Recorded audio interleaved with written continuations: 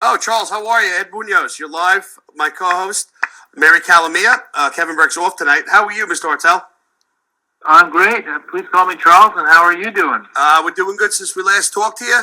I was plugging your website today. I got a lot of feedback. People love your work. Your investigation of the Clinton Foundation, and I call them the Clinton crime family. Well, thank you very much.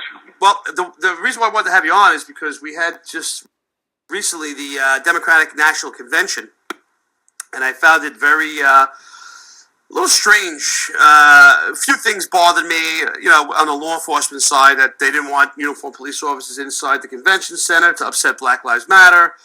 But then when the Khan family got up and they were destroying Donald Trump, and they went after him, and they pulled out the pocket constitution, and then we had this war between the Khans and Trump.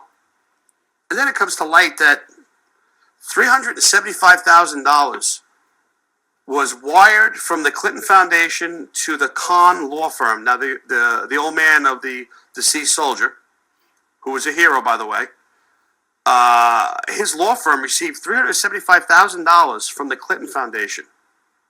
Do you know anything about that? Yeah, let's break it into pieces a little bit. First of all, I watched that as well, and I haven't discussed this with you before, but in college, what I studied back between 74 and 78 was African, Middle Eastern politics and economics. And most of your listeners and viewers may not understand this.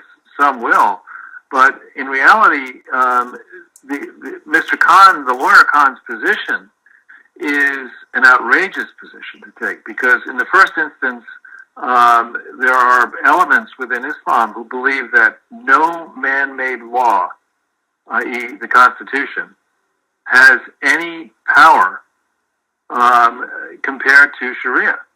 So for him to stand up there and act as if he really believes, that is to say Mr. Khan, the lawyer, that he places the Constitution above Sharia is a mockery. The second issue, of course, is that Donald Trump was not in favor of going into the war where, sadly, his hero son was killed. Hillary Clinton was. So, I think that was a staged event, staged for shock value.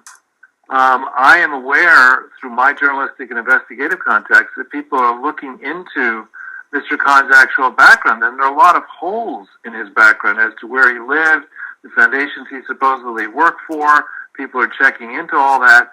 And what you're talking about is the allegation that perhaps the Clinton Foundation may have paid $375,000, which would be a lot of money to pay to anybody, let alone this law firm, for one wonders what sort of work. Now, that I don't believe that allegation has been proven with a wire transfer or anything that we can verify. But we're never going to be able to. You said it before. This foundation has never been audited. So how would we find out? Well, I think, and again, we're all guessing now to a certain extent, but Julian Assange at WikiLeaks has been making a lot of noises about how he's going to release records into the public domain that, quote, will cause Hillary to be indicted. Now, I do know from having worked, I'm still a trustee of a small foundation.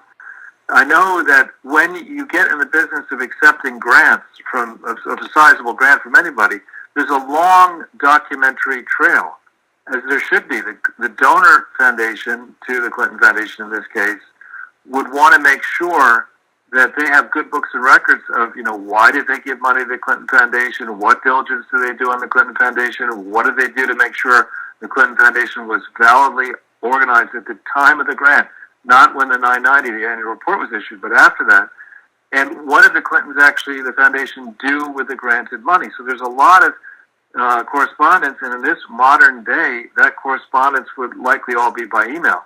So those types of emails back and forth from the big donors to the Clinton Foundation, from then the Clinton Foundation to its vendors, Mr. Khan, et cetera, are all in the electronic field, and they're all accessible by somebody. I would submit that our NSA has them, probably rival intelligence agencies have them, and as a guest, Julian Assange has them.